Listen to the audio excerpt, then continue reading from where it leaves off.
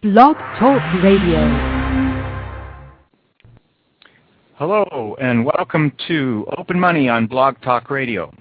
I'm Ernie Jacob in the Comox Valley, Canada, and Michael Linton is just around the corner from me in the Comox Valley, and Colin Stark is in Vancouver. That's British Columbia, not Washington. Morning, guys. Morning. Good morning.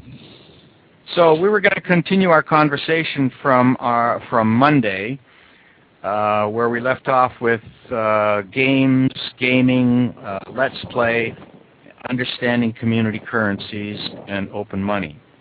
So, Michael, you want to start that one off?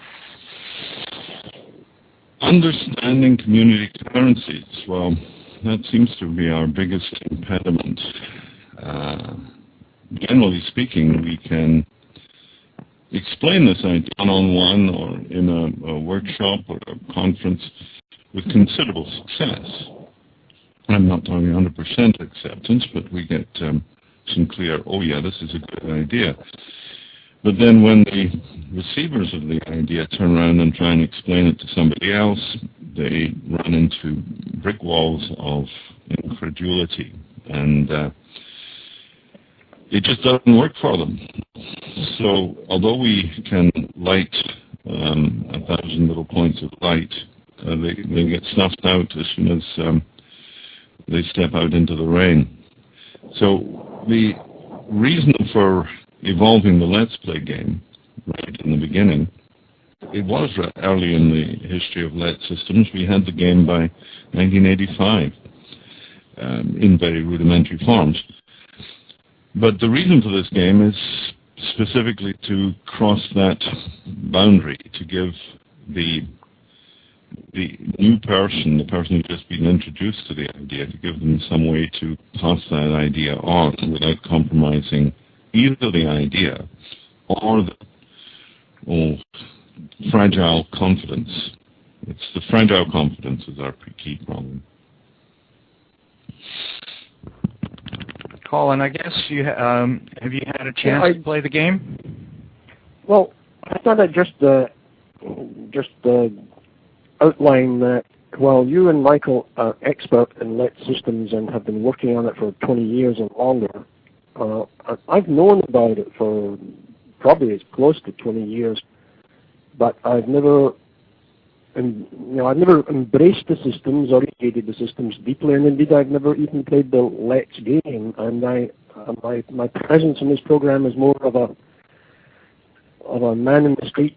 I think of myself as somewhat of a direct democracy advocate, but in terms of the Let's Play game, I don't know about it, I'm not expert in it, and I'm looking forward to this conversation to learn something more about it and some of the common objections to it, because I certainly encounter them as I go out talking to people. It's funny, I went through that process myself. I mean, I lived in the Comox Valley during the time that Michael started Let systems here, and it took me over 10 years before I connected. It just wasn't. Mm-hmm. I had plenty of money. There was plenty of money coming in. We were running a tree planting cooperative, comfortable, no problem with cash flow, and I didn't need it. So I didn't see beyond that. I didn't see beyond the immediate benefit to the individual, to me. It's actually an impediment to understanding what another money system is about. If I'm happy with the existing money system, meaning simplistically, if I have enough money, even if I have, say, more than $20,000 a year and $5,000 in the bank, that level of enough, I really have no need to participate with anyone who is trying to invent a system or create a new money system in my area, because I don't have any need of it. I don't have to barter with my neighbor. I don't have to borrow his lawnmower. I've got my own type thing. question then, Colin. I think I encounter is just a lack of need, a lack of any need whatsoever. That's very common. It's like we become used to our condition. It's very much like the frog in the gradually warming water, or the lying in a bath that's getting cooler. We sort of accept levels of discomfort without even noticing that they're uncomfortable, or we rationalize them as well. That's just the way it is. I'm doing okay. I've got enough money. Other people have a harder time. Who needs this? It's a big problem. Too many things to change. You know, all these ideas flow around for people. And part of the proposition that we introduce to people is a sort of a what-if proposition. Now, my usual entry to this is, what if it's a 10% question? You know, by 10%, I mean, suppose this concept of open money have an impact upon your life, your business, your income, your net present worth, your sales, your costs. Suppose it's a 10% factor.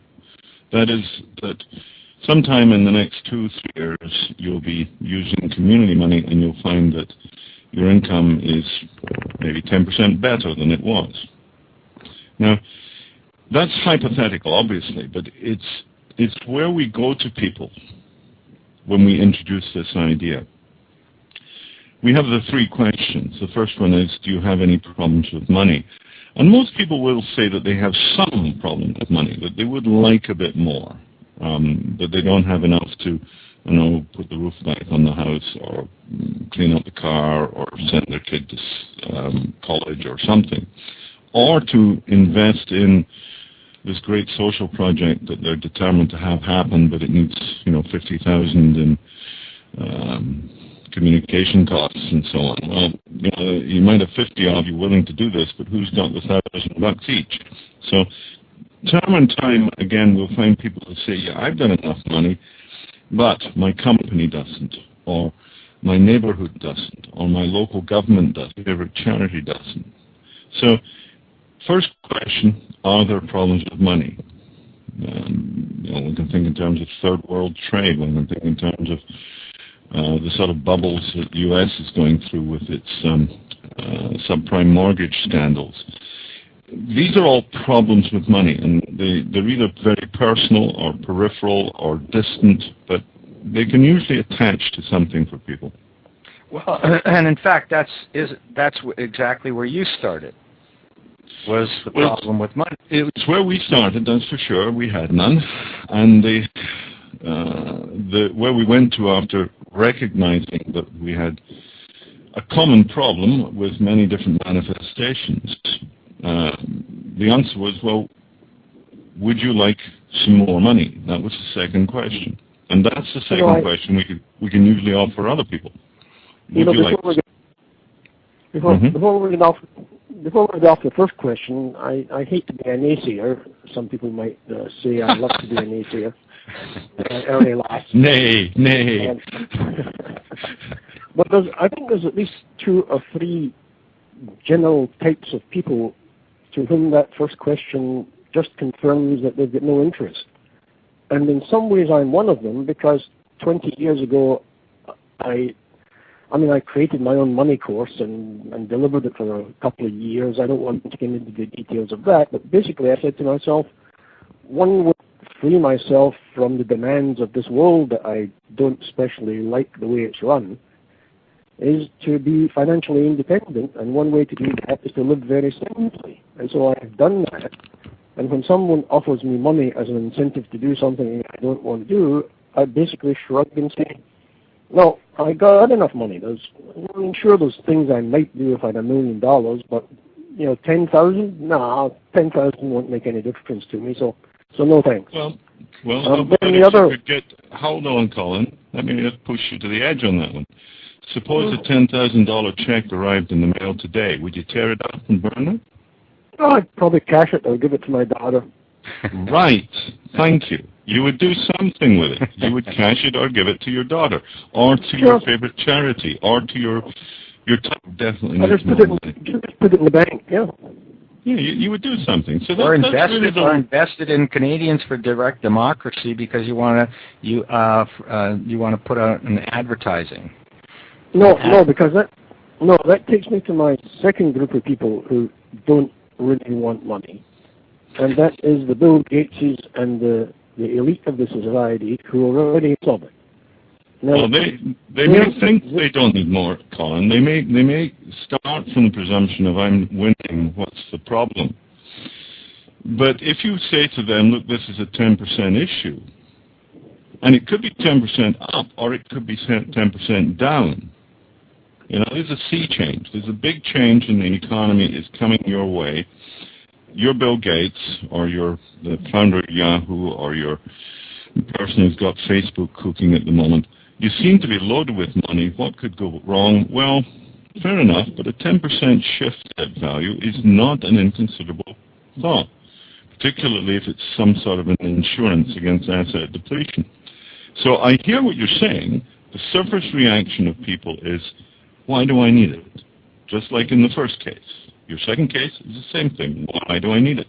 And our task is to say, well, take a look and see. Take a look and see. Now, sure, a high proportion of community, of the society, will listen to that proposition and say, nah, don't have any time. Call me back in 6 years if it's happening. Right now I'm busy. Well, that's okay. Our task is not to convert everybody. Our task is to find sufficiently awake and aware and accessible so that they can be given a means to explore this. So, like you are, Colin. Mm-hmm. Yeah. I'm not trying to hold us at this point for very long, and I'm not wanting to be argumentative about it. But I do contend that the Bill Gateses of the world and the senior executives and all of the people who have more than, say, $100,000, some of them might be just as worried as the guy in the street, but they actually know that more money will not do anything for them. Then there's the middle class. There's the middle class that you alluded to, and I used to be one of them for 20 years, that was so busy working for the man and was getting enough money from working for the man that the mention of money was just, no, never mind. I'm already accumulating $1,000 a month or $10,000 a month in the bank. More money is just going to be more problems about where to invest it or what to do with it. So no, I don't even want to talk about money. Now, I do think there's a critical group that care greatly about money. Unfortunately, they tend to be the people that are scrabbling to make enough money that they don't have any time to really stop and think and postulate, is this actually a wonderful opportunity for me? And if I stop doing some of the stupid things I do, like smoke and drink and go out with women or men, could I, in the long term, improve my situation? Some of my undoubted energies, if I have any energies, and my abilities, if I have any abilities, to encouraging and spreading, I'm short of big words today, so I'll have to use small ones, spreading this system amongst the people that I know. So I do think that the group of people that are potentially ready to be early adopters of this system seems to be pretty small. Well, I think that the group of people who would see themselves at first glance as early adopters may indeed be small for all the reasons you described. People have reached what is called perhaps a satisficing level with their job, their economy, their financial well-being. Now, satisficing means it's good enough. It doesn't mean it's great. It means I've got to where I think I'm fine, don't bother me with any details.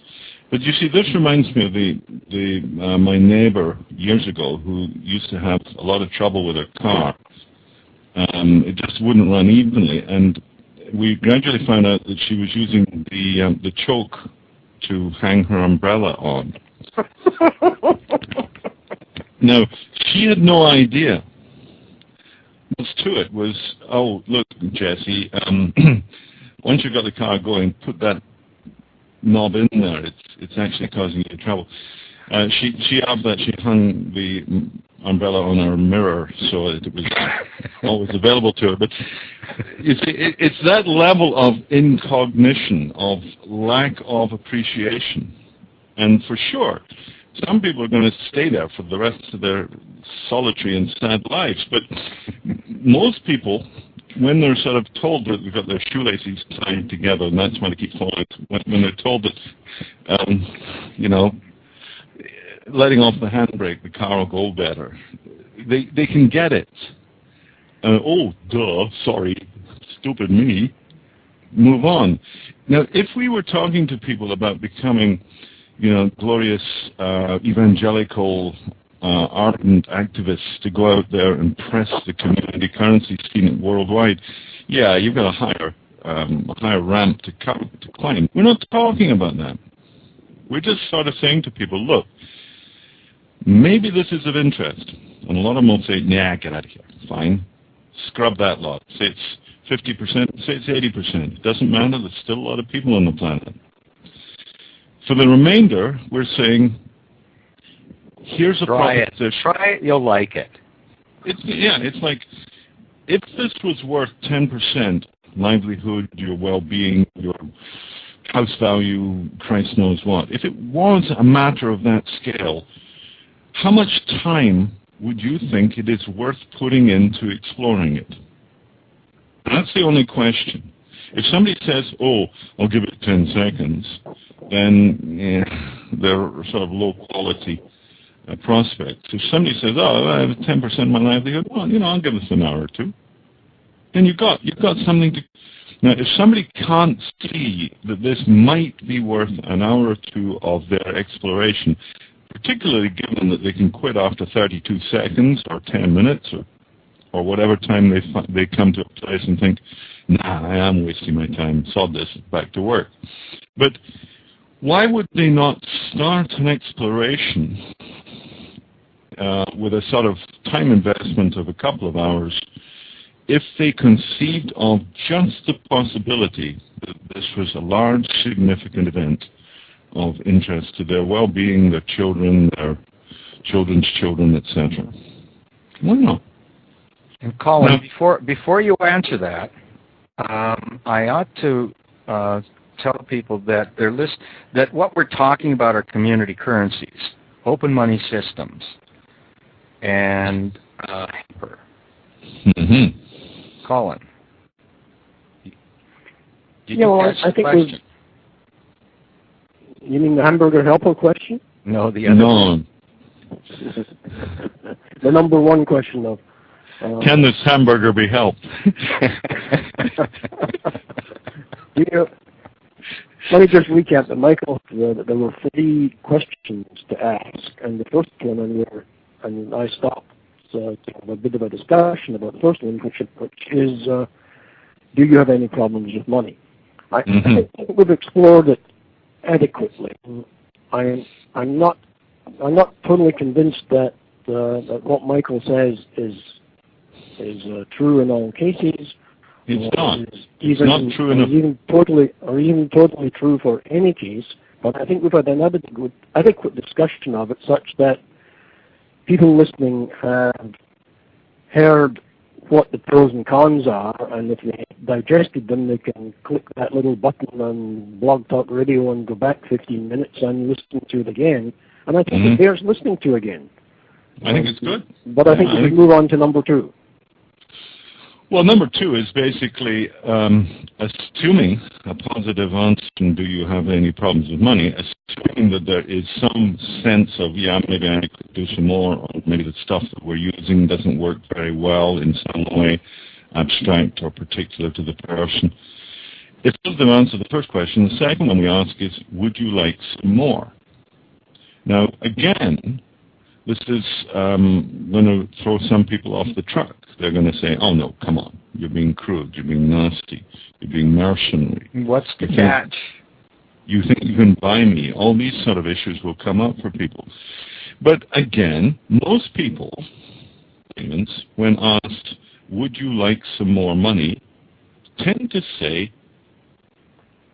okay, what's the catch? You know, they have a guard and a reserve on it, but the idea of having some more money does appeal to them in general. Now, this will not appeal to everybody, but as a qualification for telling people, here's something that might be worth looking at, this question seems to work quite well.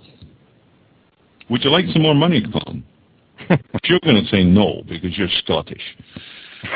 Well, no. As a matter of fact, the Globe and Mail phoned me just last week and asked me if I wanted, not exactly some more money, but if I wanted 2 free tickets to practically anywhere in the world. And all I had to do was read the Globe for 3 months, not even read it, just take it delivered to my door. And for the first 4 days that I was at this vacation spot, me and the person, or the 2 people who went, would have to live in a hotel at maybe $100 a day, maybe $150 a day. And a quick calculation showed that that was a good deal, but I immediately wasn't interested and ended up giving the guy a lecture on how to live. Hold on.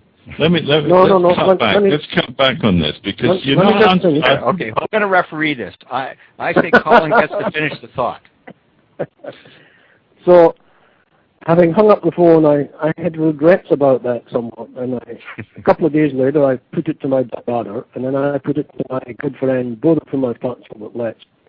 And one of them, my daughter said, sure, you should take it. Dad, I could always have given it to me, and I could have found somebody to go off on holiday with. And my good friend, who has much more money than I do, said, you're absolutely right. It was just a distraction. I wouldn't have accepted it from you if you'd offered it to me as a gift.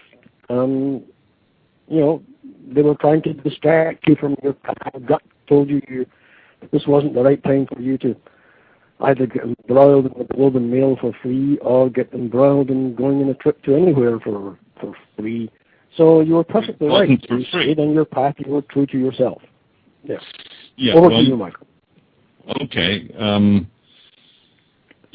The example you have introduced there is, of course, completely, well, it's divergent to the issue in so much as you've involved the Globe and Mail, foreign travel, hotel expenses, and a bunch of other issues. Now, let's be more specific here, Colin. Let's stop talking about what you think the money might represent in terms of the Globe and Mail and your travel. If you're walking down the street one day and you see a dollar bill on the ground, well, actually, it'd have to be a loony, wouldn't it? Thing. Exactly. If you saw a dollar bill, geez. How about a toonie? How about a toonie or a 5?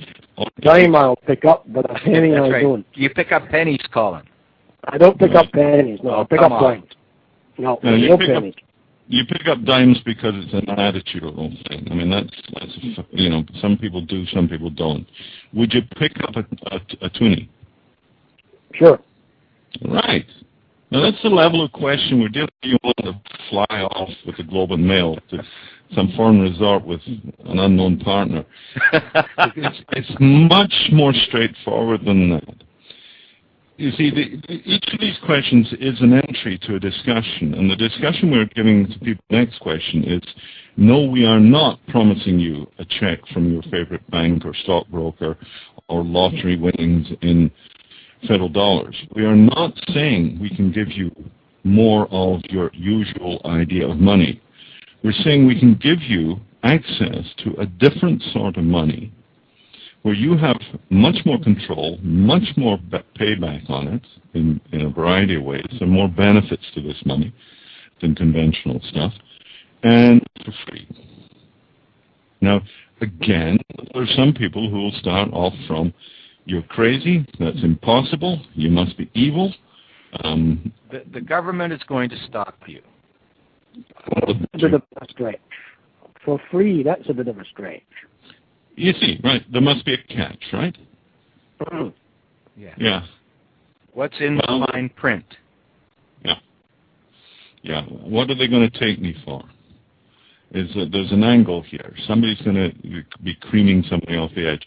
So these are considerations people have, and we have to acknowledge to say to them, I bet you think this is crazy. I bet you don't think this can be provided for free. I bet you think there's something on the angle.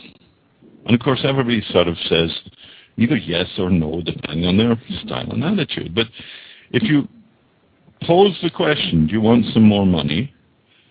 And then you deal with the responses people get, you will again come to a reduced number of people who will now say, yeah, I've got problems, or I see problems. Yes, I'd like some more money, if it's different money. Next question. Are you willing to give value for money? Or do you just want to... so there's a catch. It isn't for free. I've got to give something. No, I said the money's free. The monetary process is free. What's the third question again? Do you give value for money? Does who gives value for money? You. Me? So, well, you're wanting something from me now. This is the catch. Oh, I see. No, well, yeah, we are talking about money which is free as in speech, but not free as in lunch or beer. No free rides on this stuff, my friend. This is free speech money. This is open money. This is the equivalent in monetary model to open source in soft, to open publication in literature, to the common law in many respects. This is the people's money. Even if the People's Princess wouldn't have been very quick on it, she got around to it in due course. So well, a couple of objections at that level. You know, open is for free. Other people do the work, and all I have to do is download it. And I might be a bit impatient waiting 5 minutes for it to download over my telephone line, but basically I do get it for free. I have no obligation. I don't have to give value back to them at all. And no, you don't. There's no such thing here as well. Let's be clear about that. You don't have to pay anybody for this. No, but you said I have to give value for it, and I think somewhere in the later discussion we'll get into that. But just let me also make the rather crude point that the People's Princess was never mine. I didn't live in that country. I don't subscribe to the monarchy. If she didn't give it, I wouldn't have wanted her. But and you didn't appear. You didn't appear in her memoirs. You didn't appear in her memoirs either, Colin. But I do recall that the three of us were actually all in the same meeting when we heard about her death. Yes, and I told you about it. And what did you say? You got to be kidding. What would you say if? I remember this quite distinctly because I see. And I was quite astonished, and I said, hey, what would you say if you knew that Princess Diana had just died? And your response, Michael, was, you don't remember? No, but I can imagine. You replied, I'd say dies deed. Dies deed? Dies deed. Well, there you go. Okay, so that was a nice little interlude, guys, and we've got 31 minutes remaining. This is Open Money on Blog Talk Radio. It's Colin Stark in Vancouver, Michael Linton and Ernie Jacob in the Comox Valley. We're talking about community currencies, let systems, playing the game, understanding the difference between conventional money and community currencies. So we were on number 3. I believe. How about a recap of points? Diana. Let's have a little recap. A little recap of points 1, 2, 3. Point 1, we're only interested in discussing this issue with people who are clear enough that there are certain problems with money, either personally, as a family, as a business, as a community. If people do not see, will not accept, do not allow that there are certain shortcomings or inadequacies in their personal situation regarding money or the entire structure of the process.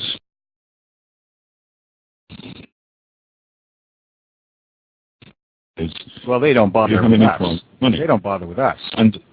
And we don't bother with them. This is more important. We know how many people don't bother with us. The question is, to find out the people who are going to pay some attention So this is a qualification question of some significance. And if we get no, I have no problems, it's thank you, sir, see you later. The second one is, would you like some more? Now, again, we have to be careful that people aren't looking for a get-rich-quick scheme, a pyramid system, a Ponzi model, from others. In other words, more of the same.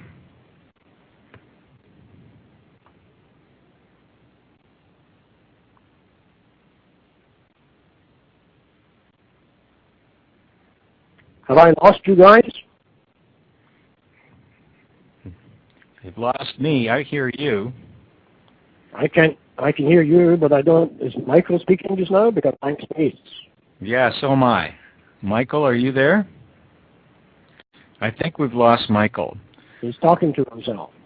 I guess so. I'm gonna try and bring him back in here. Okay. And so why don't you fill this blank air while I'm doing that?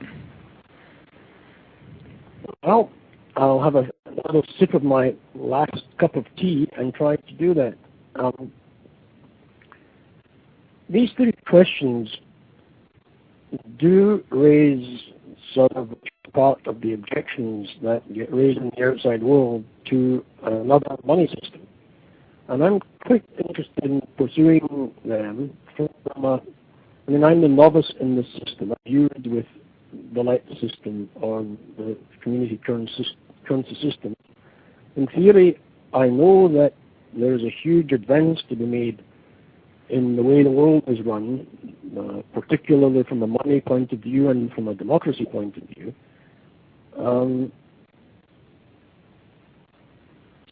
Well, Michael's back in, by the way, Colin. But did you guys what I'm searching for is... we just lost you, Michael. Okay. No, I just lost you, Michael. So this sentence, and then we'll pass it back to Michael. What I'm looking for is just a whole rationale of, is the world out there ready for a revolution, a quiet one or a noisy one, in the money system in particular, at this time and in this place? So I hope I filled the white space that Michael left by talking to himself. Well, I think you're asking yourself the wrong question, Colin. You've got to get back You've got to get back to the old lady whose car was running rough because she was hanging the umbrella on the choke knob. She didn't require a great transformation in the internal combustion engine or the theory of transportation. She just needed to push the damn choke knob in. Now, it's the same deal here. We're not telling people, do you want to participate in the evolution of a transformative response to the monetary problem or something? Well, we're asking that as well. But that's if they like, but that's not the question we're posing. That's not the one we put out. That's the one that lies behind it for anybody who wants to look a bit deeper and has more commitment. But the basic question is, Joe Sixpack, man in the street, woman on the bus, would you like some more money? That's the question. Now, 90% of people will start off with, there's going to be a catch, it's unbelievable, it's my time on this, you're a scam artist, get out of my face. People do that very, very, very commonly. And sometimes they do it with, direct. And, other times they're oblique, other times they're evasive, other times they're downright insulting. But that's just how people respond to, things being brought to their attention when they didn't really want them in their attention space. We've got to take up with that. Now, I want to return to the place where we settled just about 10 minutes ago, Colin, when the issue of what is free money and what is free software and what is the task involved and do you have to give anything to have this money work for you? And you drew the analogy that you can download open source software without ever recognizing the people who created it.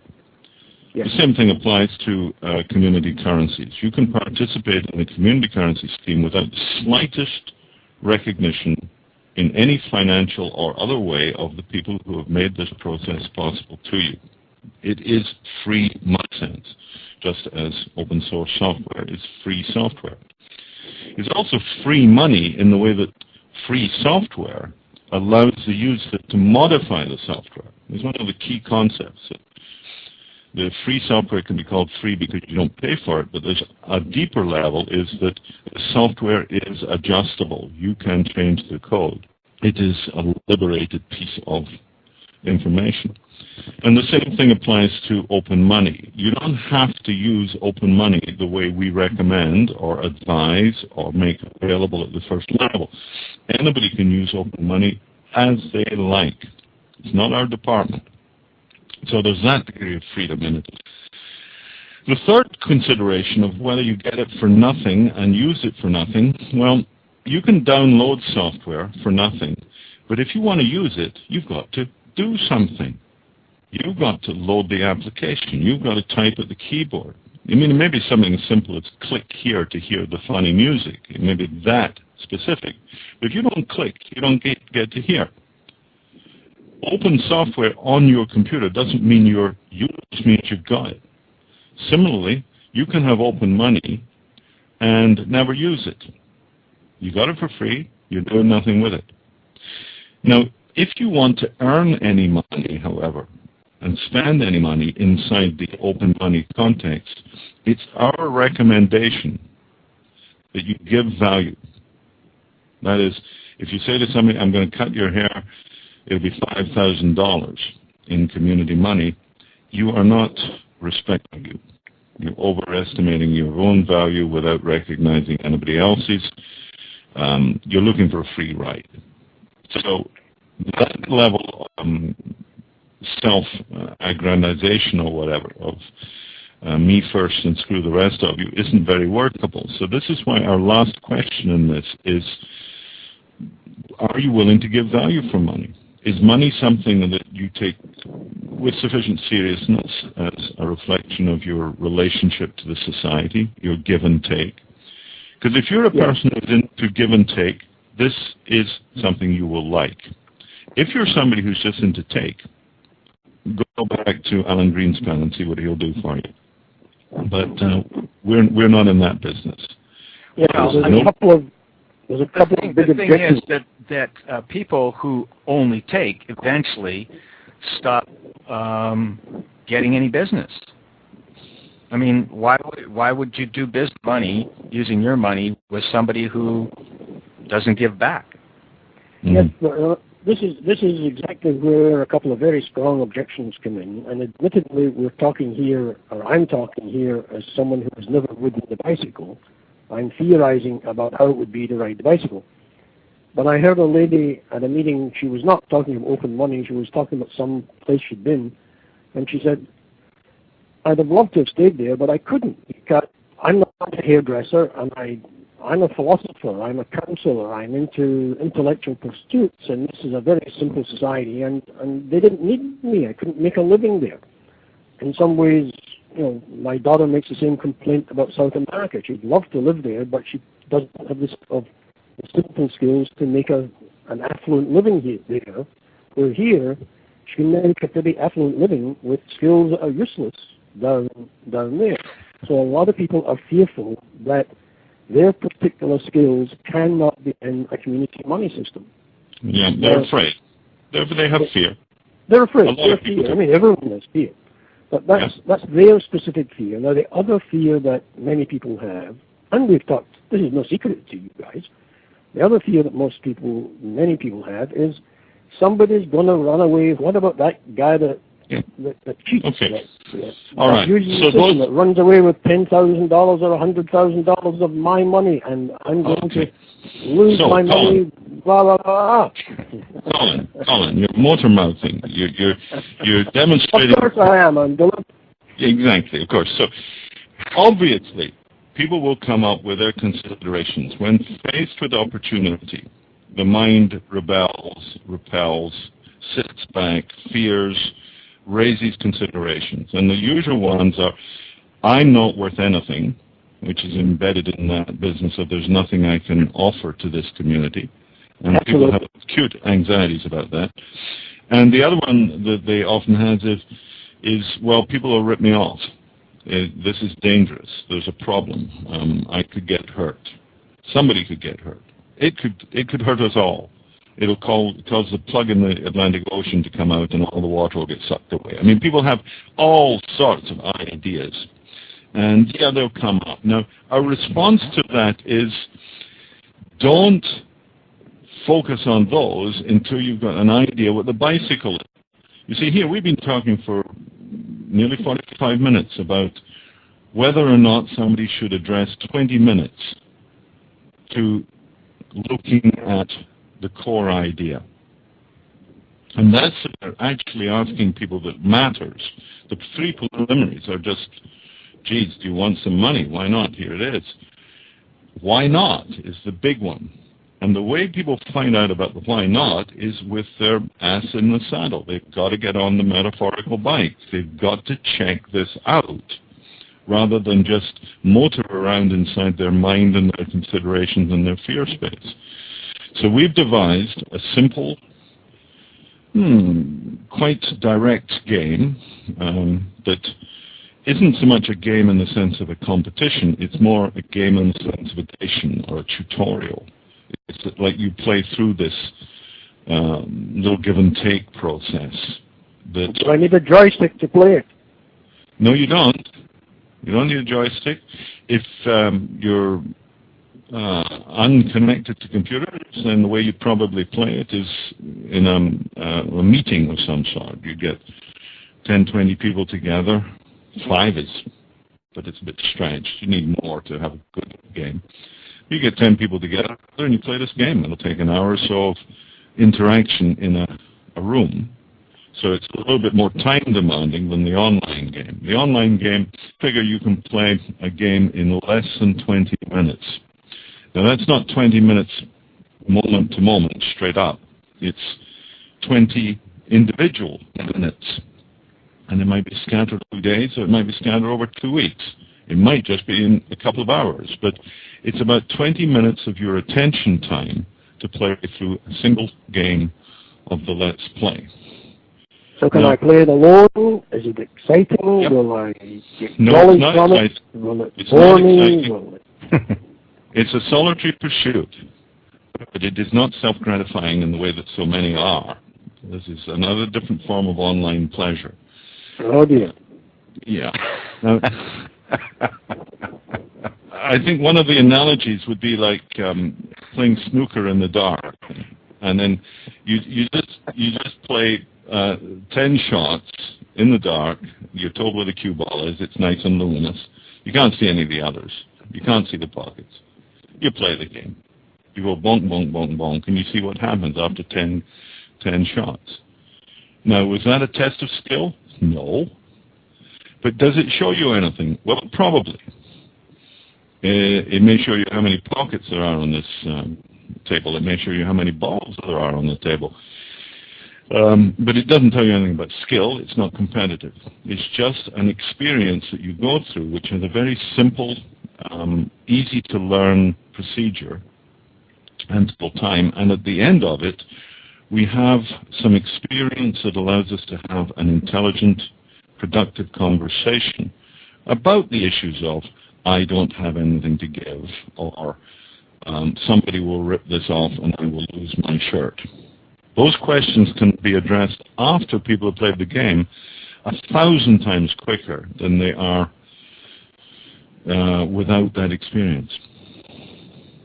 People is, do you have problems with money? Would you like some more? Are you a person who gives value? Well, listen, here's a 20-minute exploration that could have an effect of 10% on how money works in your world for the rest of your life. About 10%. Now, I'm not saying it will be 10, not 9, not 11. I'm not saying that at all. For some people, it'll be 1,000% difference in their economy, their world. For some people, it'll be a few percent. For some people, it will be a negative percentage. But frankly, they need to know about that as much as the people who see a positive. So we're just putting scale into this situation and giving them a payoff matrix. We're saying, we protest.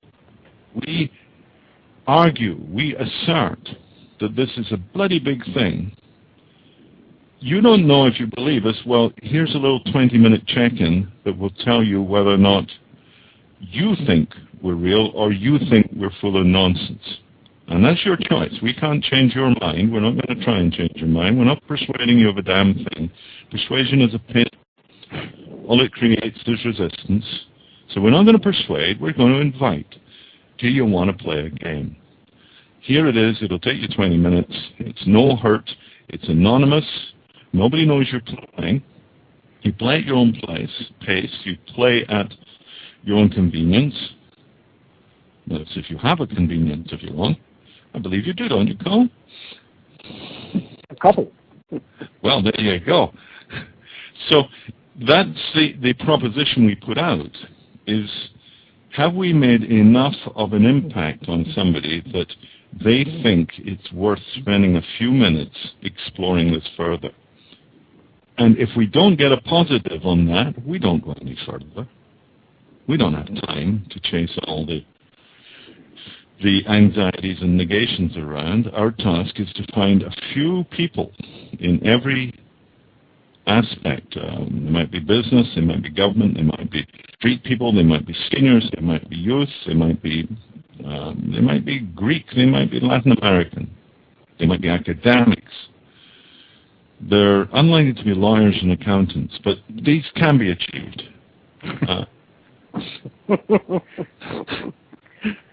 But we're just scattering like a shotgun and saying, does anybody feel the joy? You know, did we get you? And if we find people who say yes, then we take them into the game. If we keep finding people who say no, well, we don't play anymore. Yeah, let me just make a comment here that as I'm listening, which I think this is probably true for most of our listeners too, as I'm listening to you, one part of my mind is following your logic, and the other part of my mind is going off into my own, mainly past experience, sometimes future experience, on a totally different track, or maybe in 2 or 3 totally different tracks. Now, we encourage people listening to come back and phone in or email us and engage in this conversation with us, because that's what this is a conversation, and a conversation with, I think, some real value of producing something somewhere, maybe just in my mind, your mind, or the mind of a listener. But a couple of the things that come up for me are that I've talked to, I think, 6 or 8 people in the past week about the possibility of starting a community money system. And actually only 1 or maybe 2 of them have been substantially negative. And even they may turn around in time, but in a way I've had an astoundingly positive result in the theoretical discussion that I've had with these people, in that they were quite enthused at the possibility of... Well, that's very impressive. Those are very good figures, Colin. Very good figures indeed. Unusual to find a positive response at that level. I would think so, and of course I'm talking to people that I know very, very well. But I speculate that none of them will ultimately be very willing, unless something shifts substantially, to actually devote their time to riding the bicycle, to learning how to ride the bicycle, rather than talking about the possibility of inventing a bicycle, which is the level at which I've been discussing that with them. And I think part of so how much time have you spent talking with each of them, for instance? 10 minutes, half an hour? Somewhere between probably 5 or even 3 at the low end to half an hour at the high end. Okay, so you're in the ballpark. They've already made... I've qualified them too. Yes, and it's an interesting fact that they are further qualified by your reputation in their eyes. Like they gave you the 5 minutes or the 20 minutes because they've had conversations with you in the past, and they've generally found them either productive. So they when you show up and say hello, hello, hello, they join the conversation with you. Yeah, and if 2 were not there were more than just acquaintances, but one is a waitress at a place I go to often, and the other is a bridge player who we started to just chat for the first time. So yes, I have some standing with all of them, but not a great standing with two of them. And this is an interesting reflection on the propagation of open money at a later level, is that it will be very, very much dependent upon the ability of the protagonists. That people who are fundamentally incredible will not be very good at communicating this idea to others, because it will come from them, tainted by previous experience that this person is an idiot or a flake or a fraud of some sort, or just irreliable. Let me get to my speculation. I speculate, and I'm listening to you. My own speculation is sort of running over my conversations with these people and saying, I don't think any of these people really have substantially very much to gain from this system, because all of them, like me, have lived in this world for 40 years, some of them maybe over 60 years, and they've gotten in a certain rut of believing that they have a superior contribution to make, that they want to be superior, that there's an elite in this world, and they want to be. And I think my parents lived their whole life wanting to raise their standing from lower working class people to upper middle class people, and they thought their life was a success because they achieved that, and indeed it was. And I think we're still imbued with that sense of living in the previous generation rather than in the present or the future, something that we create out of, that we create for ourselves, rather than being successful at the game that was laid out for us by our parents and society. Yeah, but Colin, I think who are comfortable, the issue isn't so much, personal gain or benefit. It's what we do in our communities, where we can see that there are a hell of a lot of people who are homeless and hungry, even in a rich city like Vancouver. There are all kinds of groups and organizations that are constantly looking for money and competing with each other for money. And so I think that for a lot of people, the entry point isn't at an individual level. It's, what can this do for my family, my club, my school, my church, my community, right? My project, my new business. You see, you got to put this in the context, Colin. Like, somebody's riding the bike down the street. They've been riding the bike for 40 years. They're comfortable with their bike. And you come along to them and say, hey, like your bike, nice bike. See, you're happy on your bike. Here's a little, lubricant for the chain, or a bell that can go on the handlebars, or a mirror. Here's something you can add. Doesn't take anything away. Doesn't change the bike that you know. Just adds, if you like. If you want some added facility, some added value. That's the hamburger. That's the hamburger helper part. Yeah. That's what at whatever level, would you like some more? And yes, there are people who are going to say, no, I'm perfectly satisfied. I've lived my life according to my grandfather's precepts or whatever. It's all done and dusted, and you're not going to change an iota of my mind. Fair enough. We're not going to deal with those. But if anybody is at all responsive to the idea that there are problems, as Ernie just cited, employment, social justice, environmental issues, transportation, urban sprawl. How about stopping the next war? How about the next war? Yes, how about that? How about third world exploitation and deprivation? How about the military juntas in all these pot states, the Congos and the Burmas? How about AIDS in Africa, or AIDS all over the world, particularly in Africa? How about panhandlers downtown? How about the homeless in Hastings? How about all these we don't have the money issues? Whenever governments don't want to do something, that's the first response. They say, oh, we'd love to do this, but we don't have the money. Taxpayers can't afford it. That sort of discussion. Well, this is such bullshit. A lot of people won't see it that way. That's fair enough. We're just talking for the people who say, I think there's something of a problem, don't know what to do about it. Yeah, I could use some more money, or my business could, or my community could.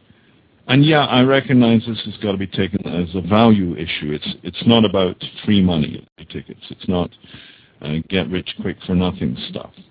If people will go to that level and then contemplate the 20-minute check-in, do they have 20 minutes to see whether there's some substance to the assertion that this might be 10% improvement in their lifestyle, their financial situation?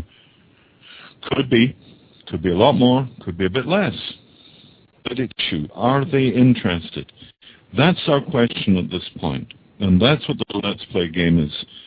That's where the peg hangs. That's where we have a reason to have a game to provide people with that simple, low-impact, high-return possibility. There's another game, by the way, that we haven't talked about, and we ought to talk about, and that's the Community Way game. Well, there's so many games. No, but I'm talking about the one we played in Tokyo.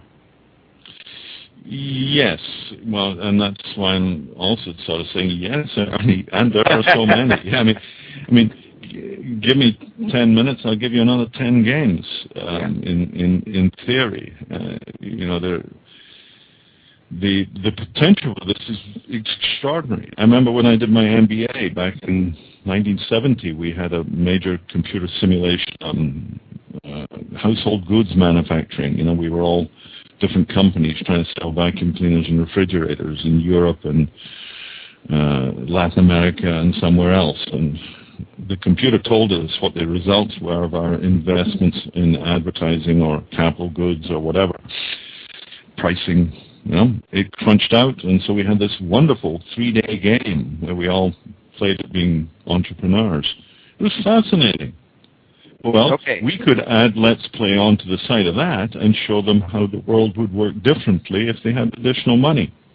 Right. We could. And now, hold on, Rory. There's 2 minutes left. Yeah. So we're going to have to wrap it up. Well, the last wrap I'd put on this is the whole concept of gaming. Okay. Well, maybe that's the next program. That's the pointer to the next program, is that the world is, to a large extent, a game. The stock market is certainly a game. And most of us, we go out there to scramble in the economy for our slice of the buying power, and then we come back and spend our winnings on... Yeah, I don't know. I think a lot of people think the stock market is serious. That is really life. Okay, listen, you guys, that's 1 minute. 1 minute left. We got to get out of here. Games I don't really play this game anyway. We've been talking about playing this Let's game. I don't know how the hell to play it. Where do I go? What do I do? Openmoney.org. Let's Play. Index. Yep. It's on the chat, and people can email us. The emails are on the chat. Michael, that's Michael Linton. It's MWL@openmoney.org. Colin Stark, that's cstark@ed.com. And I'm Ernie Jacob, Ernie@openmoney.org. And we're just about run out of time, and we're going to talk How about the Democracy website while you're at it? Canadians for Direct Democracy at www.npsnet.com/CDD. That's short for Canadians for Direct Democracy. For another game, the Direct Democracy game. It's all a game. We can talk more about gaming on Friday, 10 o'clock. Thank you, 10 sir. o'clock Friday. Sounds good to me. Okay, Yep. Bye, Colin Stark in Vancouver, Vice President of Canadians for Direct Democracy. Bye. And Michael Linton, the designer, developer of Let Systems and Open Money Systems in the Comox Valley. Bye, Michael. Buy low, sell high. Okay, well, that's it. 30 seconds of this show. I'm Ernie Jacob, and our websites and emails are on the chat. You can find us at lets.net. It's an index of our websites and various connections. And that's it for me. Thanks for listening, and again on Friday at 10 o'clock Pacific Daylight Time. And that's it. Goodbye, world.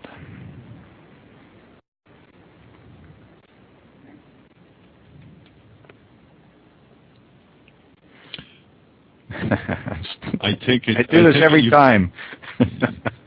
What? Are Have we you off? I'm looking for my Skype to shut it down. Don't shut down Skype. Leave Skype up. Yeah. This switchboard and cut mute. your